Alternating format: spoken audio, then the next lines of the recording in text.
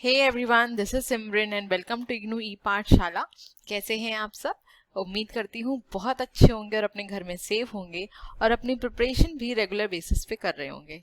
तो जैसा कि आप जानते हैं कि हम ऑलरेडी अपना unit 6 that is international investment start कर चुके हैं और हमने पिछली वीडियो में डिस्कस किया था कि फॉरेन डायरेक्ट इन्वेस्टमेंट क्या होता है और फॉरेन पोर्टफोलियो इन्वेस्टमेंट क्या होता है और दोनों के बीच में क्या डिफरेंस होता है। तो अगर आप में से किसी ने वो वीडियो को नहीं देखा है तो प्लीज उस वीडियो को जरूर देख लीजिएगा। और अगर आप मेरे चैनल पे न्यू हैं तो मेरे चैनल को लाइक शेयर और सब्सक्राइब करना मत भूलिएगा। तो आज हम डिस्कस करेंगे एफडीआई के pros versus cons, that is advantages versus disadvantages, और डिस्कस करेंगे ट्रिम्स के बारे में। ठीक है, तो चलिए बिना टाइम वेस्ट किए अपना सेशन स्टार्ट करते हैं। तो चलिए डिस्कस करते हैं सबसे पहले advantages of FDI to host country. अब हमने अपनी पिछली वीडियो में डिस्कस किया था कि होस्ट कंट्री क्या होती है और होम कंट्री क्या होती है, लेकिन मैं यहाँ भी एक बार ब्रीफ कर देती हूँ क्योंकि हो सकता है आप में से किसी ने वो पिछला वीडियो नहीं देखा हो।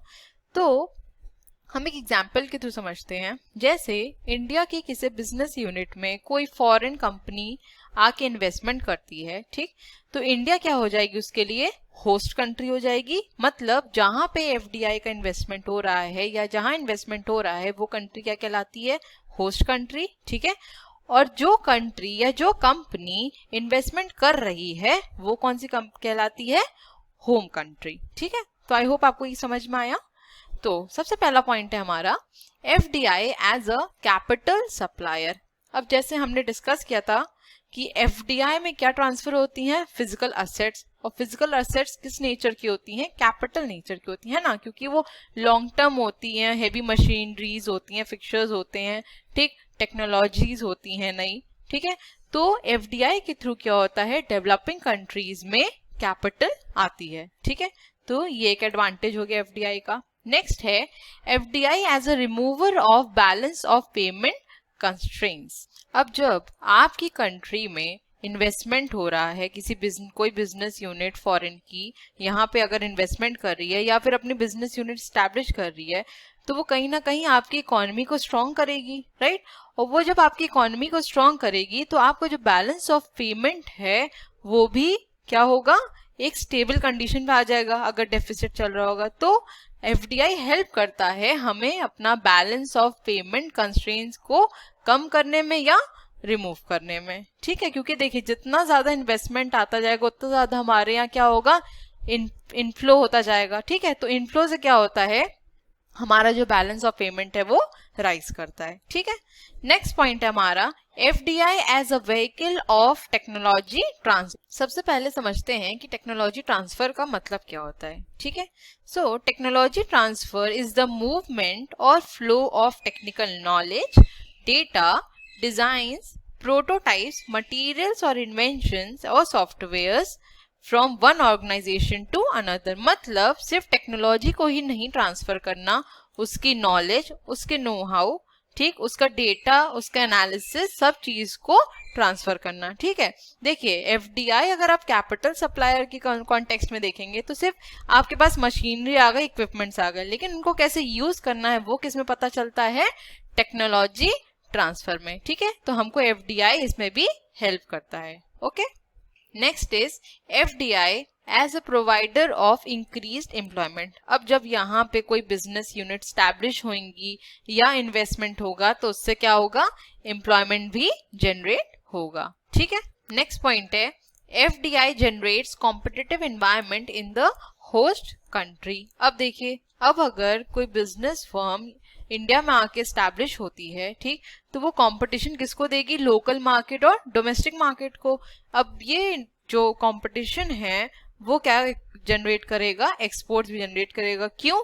क्योंकि जब हमारी लोकल मार्केट साथ इनका कंपटीशन होगा तो किस बेसिस पे होगा? कि उनकी क्वालिटी ऑफ प्रोडक्ट कैसी है, ठीक है, और सर्विसेज, ठीक, और इनकी सर्विसेज ज्यादा इम्प्रूव्ड होंगी, क्वालिटी ऑफ प्रोडक्ट ज्यादा अच्छे होंगे, जिसके वजह से कंट्री में एक्सपोर्ट्स बढ़ेंगे। ठीक है, नेक्स्ट पॉइंट है FDI results in higher wages. अब अगर जो मशीनरीज आई हैं, जो टेक्नोलॉजी आई है, उस पे जो लेबरर्स काम कर रहे हैं उनको भी थोड़ा स्किल्ड होना चाहिए ना, नॉलेज होनी चाहिए कि मशीन्स को कैसे यूज करना है, ठीक है।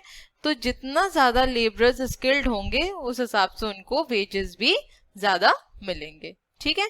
तो आई होप आपको ये क्लियर हो गया होगा एडवांटेजेस जो कि होस्ट कंट्री के थे। अब हम नेक्स्ट समझते हैं एडवांटेजेस ऑफ होम कंट्री। तो हमारा फर्स्ट पॉइंट है improves balance of payment for inward flow of foreign earnings, ठीक। तो अगर कोई भी कंट्री किसी कंट्री में जाके इन्वेस्टमेंट कर रही है तो उसका भी अपना कहीं ना कहीं कुछ बेनिफिट होगा, राइट। इन्वेस्टमेंट किस लिए कर रही है, ताकि वो प्रॉफिट जनरेट कर सके या उसको काफी अच्छा रिटर्न मिल सके, ठीक है। तो अगर कोई फॉरेन कंपनी इंडिया में आके किसी यूनिट में इन्वेस्टमेंट कर रही है तो वो वहां से क्या जनरेट करेगी, प्रॉफिट या फॉरेन अर्निंग्स जनरेट करेगी, ठीक है। और जब फॉरेन अर्निंग्स जनरेट कर रही है तो वो अपनी कंट्री में लेके जाएगी, राइट।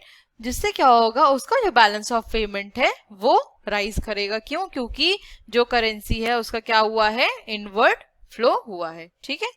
नेक्स्ट पॉइंट है हमारा क्रिएट डिमांड फॉर एक्सपोर्ट्स। अब अगर फॉरेन कंपनी ने किसी और कंपनी में जाके इन्वेस्टमेंट किया है, ठीक है, या बिजनेस यूनिट को स्टैब्लिश किया है वहां जाके, तो क्या होगा, एक्सपोर्ट्स की डिमांड बढ़ेगी। क्यों? क्योंकि उसको अपनी जगह से या अपनी कंट्री से कुछ प्रोडक्ट्स या कुछ सर्विसेज को एक्सपोर्ट करना पड़ेगा होस्ट कंट्री में, ठीक है, जिसकी वजह से उसका एक्सपोर्ट जनरेट होएगा, ठीक।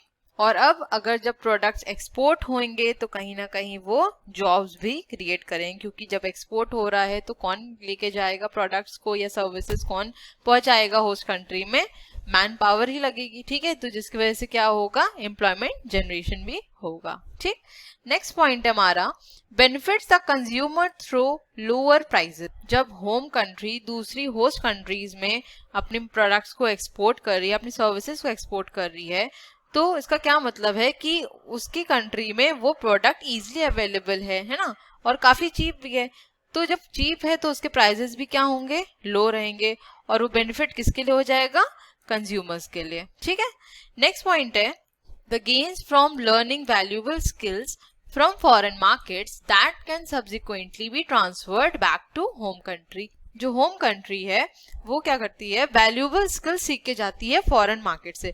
अब ये वैल्यूएबल स्किल्स क्या होती हैं, जैसे बहुत ही ज्यादा कोई डिफिकल्ट प्रॉब्लम है उसको कैसे सॉल्व करना है, उसको कैसे सही करना है, ठीक है, या लोगों को कैसे मैनेज करना है, कैसे उन्हें कोऑर्डिनेट करना है, ठीक।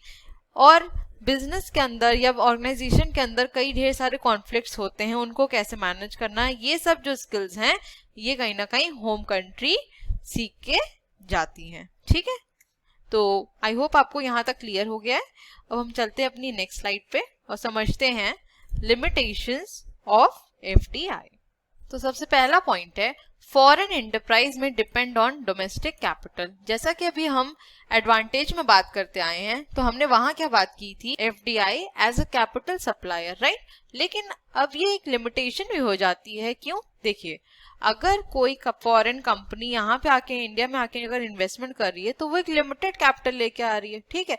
अब उसको अगर कैपिटल की जरूरत है वो क्या करेगी, डोमेस्टिक मार्केट से बोरो करेगी। और जब वो बोरोइंग करने लग जाती है तो उससे क्या होता है कि जो हमारी कंट्री की जो कैपिटल है वो कहीं ना कहीं बहुत ज्यादा एक तरह से ब्लॉक होती जाती है, क्योंकि हमारे बैंक्स या फाइनेंशियल इंस्टीट्यूशंस को उनको लोन्स प्रोवाइड करने पड़ते हैं, ठीक है। तो इस तरह ये जो है डोमेस्टिक मार्केट पे बहुत ज्यादा डिपेंडेंट हो जाती हैं, ठीक है। नेक्स्ट पॉइंट है हमारा एफडीआई में नॉट ट्रांसफर टेक्नोलॉजी इफेक्टिवली। अभी हमने बात किया था कि एफडीआई जो टेक्नोलॉजी है उसको ट्रांसफर करता है, ठीक है। अब टेक्नोलॉजी ट्रांसफर क्या थी, जो टेक्निकल नॉलेज थी या डिजाइन या पैटर्न्स, ठीक है, मटेरियल के बारे में, ठीक।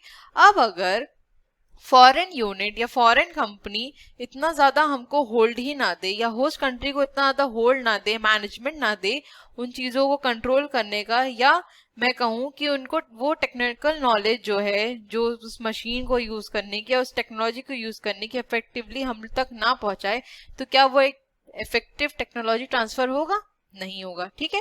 तो ये सबसे बड़ी लिमिटेशन है कि हो सकता है वो कई चीजें अपने तक रखें, वो हमसे वो चीजें शेयर ही ना करें, ठीक है, क्योंकि वो जानते कि अगर उन्होंने शेयर की तो उसका जो मैनेजमेंट है या उसकी जो नॉलेज है वो हम तक आ जाएगी, ठीक है, जिससे वजह से उनका जो एक मोनोपोली है वो डिस्ट्रॉय हो जाएगा, ठीक।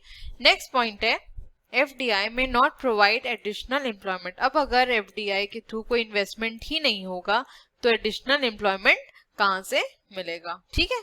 नेक्स्ट पॉइंट है discouragement for domestic capital and enterprise. अब जब फॉरेन कंपनीज इंडिया में आके इन्वेस्टमेंट करेंगी तो कहीं ना कहीं हमारी जो लोकल मार्केट है, हमारे जो डोमेस्टिक एंटरप्राइजेस हैं, उन पे काफी ज्यादा इम्पैक्ट पड़ेगा और बहुत ज्यादा वो डिस्करेज होने लग जाएंगे, क्योंकि उनके लिए बहुत ज्यादा टफ कंपटीशन हो जाएगा और लोग जो है उस फॉरेन यूनिट की जो प्रोडक्ट्स हैं, जो सर्विसेज हैं, उन पर स्विच कर जाएंगे, जो कि हमारी डोमेस्टिक मार्केट को डिटोरिएट कर देगी, ठीक। नेक्स्ट पॉइंट है एमरजेंस ऑफ मोनोपोलीज। अब अगर कोई बिजनेस यूनिट में FDI मतलब फॉरेन डायरेक्ट इन्वेस्टमेंट किया, ठीक, और हमने बात किया था कि FDI कब होता है, जब 10% से ज्यादा का शेयर हो, ठीक है। अब धीरे धीरे क्या करने लगेंगी फॉरेन कंपनीज कि अपना एक होल्ड बनाना शुरू कर देंगी, ठीक। अब अपना होल्ड बनाना शुरू कर दी, इसका मतलब क्या, वो अपनी मोनोपोली जनरेट करने की कोशिश करने लगेंगी और हमारी जो नेशनल मार्केट है उनमें not dependable for long term expansion of the economy. अब हम FDI के बेसिस पे लॉन्ग टर्म एक्सपेंशन नहीं सोच सकते इकोनॉमी का। क्यों? देखिए, कोई भी कंपनी या कोई भी कंट्री किसी कंट्री में इन्वेस्टमेंट तभी करेगी जब वो इकोनॉमी बहुत अच्छी चल रही होगी, राइज कर रही होगी, है ना। अगर आपकी कंट्री की इकोनॉमी बहुत ज्यादा पुअर है, डिटोरिएट हो रही है, गिर रही है, तो क्या वहां पे FDI आएगा? कभी नहीं आएगा। तो FDI सिर्फ सुख का साथी है, दुख का नहीं साथी है, ठीक है। तो साफ शब्दों में कहूं मैं तो FDI आपका एक ट्रू फ्रेंड नहीं है, ठीक है। नेक्स्ट पॉइंट है adverse effect on balance of payment. तो अभी हमने डिस्कस किया था कि FDI हेल्प करता है बैलेंस ऑफ पेमेंट को राइज करने में, लेकिन कहीं ना कहीं ये एडवर्सली अफेक्ट भी करता है। क्यों? क्योंकि देखिए, स्टार्टिंग में तो राइज करेगा, लेकिन फिर उसके बाद जब इन्वेस्टमेंट हो चुका है तो हमें इन्वेस्टर्स को डिविडेंड भी देना है, रॉयल्टीज भी देनी है, ठीक है, जो कि हो सकता है हमारा आउटफ्लो ज्यादा हो हमारे इनफ्लो के कंपैरिजन में, ठीक। अब जब आउटफ्लो ज्यादा होगा इनफ्लो के कंपैरिजन में तो ऑब्वियस सी बात है कि हमारे BOP को एडवर्सली अफेक्ट करेगा, ठीक है। तो आई होप आपको ये लिमिटेशंस भी क्लियर हो गई होंगी। अब चलते हैं अपनी नेक्स्ट स्लाइड पे। अब आप इसको अपने आप से रीड कर लीजिएगा कि FDI कौन कौन से सेक्टर्स में प्रोहिबिटेड है, ठीक है। इनका नाम ही याद रख लीजिएगा और अपने अगर आंसर से मेंशन करेंगे तो काफी अच्छा होगा, ठीक है। अब चलते हैं अपनी नेक्स्ट स्लाइड पे। तो अब समझते हैं trade related investment measures. Basically trade related investment measures एक ट्रीटी है WTO की, that is world trade organisation, जो कि सारे ट्रेड्स को मैनेज करता है, ठीक है। तो इन्होंने क्या कहा था कि जितनी भी डोमेस्टिक कंट्री हैं उनको, जो फॉरेन इंटरप्राइजेस हैं, उनको वैसे ही ट्रीट करना है जैसे वो अपने डोमेस्टिक इंटरप्राइजेस को ट्रीट करती हैं। मतलब जितने भी उन्होंने क्वांटिटेटिव रेस्ट्रिक्शंस, टैरिफ बैरियर्स या नॉन टैरिफ बैरियर्स लगाए हुए हैं इन्वेस्टमेंट में, उनको रिमूव करना होगा, ठीक है। तो trade related investment measures are the rules that apply to domestic regulations of a country, applies to foreign investors, often as a part of industrial policy. The agreement concluded in 1994 was negotiated under the WTO's predecessor, the GATT, that is General Agreement on Tariff and Trade, and came into force in 1995. ठीक है। तो Trade related investment measure is one of the 4 principles legal agreements of WTO trade treaty. ठीक। अब next समझ लेते हैं। Here, the TRIPS instruct that WTO members may not apply any measure that discriminate against foreign investment that violates basic WTO principles like MFN. तो जितनी भी WTO की member countries हैं उनको बोला गया है कि आप कोई भी इन्वेस्टमेंट में डिस्क्रिमिनेशन नहीं करेंगी, ठीक। अब ये MFN क्या है? That is most favoured Nations. मतलब कि अगर आप किसी एक नेशन को कोई कंसेशन, प्रिविलेज दे रहे हैं तो आप सिर्फ उसको ही नहीं देंगे, और भी जो आपके साथ में कंट्रीज हैं या नेशंस हैं उनको भी आपको सेम ट्रीटमेंट देना पड़ेगा। मतलब आप डिस्क्रिमिनेशन नहीं कर सकते हैं, ठीक है। Now TRIPS may include requirements to achieve a certain level of local content, produce locally, export a given level or percentage of goods, balance the amount or percentage of imports with that of amounts of exports, and transfer of और proprietary business information to local person. अब एक बार इसको समझ लेते हैं कि ये points क्या कहना चाह रहे हैं। देखिए, ट्रिम्स में काफी चीजें ऐसी हैं जो इन्वेस्टमेंट्स को रोकने के लिए बनाई गई। ठीक, सबसे पहला था हमारा achieve a certain level of local content, मतलब कि जो भी फॉरेन कंपनीज हैं उनसे बोला गया कि ठीक है, आप हमारे एफडीआई करिए आके, ठीक, आप अपने प्रोडक्ट्स यहाँ पे बेचिए, लेकिन आपको हमारी कंट्री का कोई लोकल कंटेंट अपने प्रोडक्ट में लगाना होगा। फॉर एग्जाम्पल हम आईफोन का लेते हैं, ठीक है। अब आईफोन क्या है, एक फॉरेन कंपनी का है प्रोडक्ट, ठीक है। और अब क्या है, अगर उसको इंडिया में ट्रेड करना है तो इंडियन कंपनी क्या कहेगी या इंडियन गवर्नमेंट क्या कहेगी कि ठीक है, आप यहाँ एफडीआई करिए, अपने आईफोन को सेल करिए, लेकिन आपके फोन के अंदर जो मशीनरी है वो क्या हो, इंडियन प्रोडक्ट हो। ठीक, अब अगर ऐसा बोल दिया गवर्नमेंट में तो क्या होगा, जरूरी नहीं है ना कि वो कंपनी अपने इंडियन प्रोडक्ट्स लगाने के लिए तैयार हो जाए, है ना। तो ये एक तरह से क्या हुआ कि इन्वेस्टमेंट को क्या रोकने की कोशिश करी गई, डायरेक्ट वे में नहीं लेकिन इनडायरेक्ट वे में। ठीक, नेक्स्ट है प्रोड्यूस लोकली। फिर बोला गया कि अगर आपको प्रोडक्शन करना है तो आपको लोकल ही करना पड़ेगा। ठीक, export a given level of percentage of goods. अब इसमें क्या बोला गया कि जितना आप एक्सपोर्ट करिए या एक परसेंटेज है, एक मैं कहूँ तो एक लिमिट है, उसके अकॉर्डिंग आपको उतना गुड्स एक्सपोर्ट करना ही करना है। अब जरूरी नहीं है कि वो जो प्रोडक्ट है या वो जो गुड है उसकी रिक्वायरमेंट उस कंट्री में हो, उस फॉरेन कंट्री में हो, लेकिन एक्सपोर्ट करना पड़ेगा। ठीक है, तो ये भी क्या हो गया, एक तरह से एक बैरियर लगाने की कोशिश करी गई। ठीक, नेक्स्ट पॉइंट है balance the amount of percentage of imports with the amount of percentage of exports. देखिए, इसको एग्जाम्पल समझते हैं। अब इंडियंस हैं हम लोग, तो हम लोग फैटी चीजें बहुत ज्यादा खाते हैं ना, जैसे बटर, घी, ऑयल, है ना। लेकिन जो फॉरेन कंट्री के लोग हैं वो लोग काफी हेल्दी डाइट लेते हैं। ऐसा नहीं हम लोग हेल्दी डाइट नहीं लेते हैं, बुरा मत मानिएगा लेकिन मैं एक बात बता रही हूँ कि वो लोग फॉरेन पैटर्न पे ज्यादा चलते, तो वो चीज है और स्प्रेड्स ज्यादा खाते हैं। ठीक है, अब बोला गया कि आप जितना इम्पोर्ट कर रहे हैं हमारे यहाँ, ठीक है, लेकिन हमारे यहाँ से भी घी उतना ही एक्सपोर्ट होगा। अब वहां पे तो जो खाया नहीं जाता तो वो क्यों एक्सपोर्ट हो, लेकिन क्योंकि हमने उतना क्वांटिटी में इंपोर्ट किया है तो उनको भी उतनी क्वांटिटी में एक्सपोर्ट लेना पड़ेगा। तो अगर हमने उतनी क्वांटिटी में चीज अपने यहाँ लिया है तो उनको सेम क्वांटिटी में घी भी लेना पड़ेगा। उसका वो क्या करेंगे वो जाने। ठीक है, नेक्स्ट पॉइंट है ट्रांसफर ऑफ टेक्नोलॉजी और proprietary business information to local persons. जो भी टेक्नोलॉजी ट्रांसफर हो रही है, चाहे वो नो हाउ हो या टेक्निकल नॉलेज हो, डेटा हो, सॉफ्टवेयर हो, कुछ भी हो, उसकी इंफॉर्मेशन लोकल पर्सन्स को होनी चाहिए। अब ये कैसे हिंड्रेंस है, जैसा कि अभी हम बात करते आए हैं कि बिजनेस जो फॉरेन कंपनीज हैं वो क्या करेंगी, अपना एक होल्ड बनाए रखने के लिए हर चीज नहीं बताएंगी, है ना। क्योंकि अगर वो हर चीज की नॉलेज हमको दे देंगी तो हम उसमें एक्सपर्ट हो जाएंगे और कहीं ना कहीं उनकी जो मोनोपोली है वो खत्म होने लग जाएगी। तो इसीलिए ये भी एक तरह से हिंड्रेंस का ही रोल प्ले करता है इन्वेस्टमेंट में। ठीक है, तो आई होप आपको ये यहाँ तक क्लियर हो गया होगा। अब हम मिलते हैं अपने नेक्स्ट सेशन में जहां हम डिस्कस करेंगे आगे के टॉपिक्स को। ठीक है, तो thank you so much for watching. Please मेरे चैनल को लाइक, शेयर और सब्सक्राइब करना मत भूलिएगा और हाँ, बेल आइकन को भी जरूर दबा दीजिएगा ताकि मैं कोई भी वीडियोस को अपलोड करूं तो आपके पास उसका नोटिफिकेशन तुरंत जाए और आपकी प्रिपरेशन में कोई डिले ना हो। Thank you so much for watching. Bye bye, take care.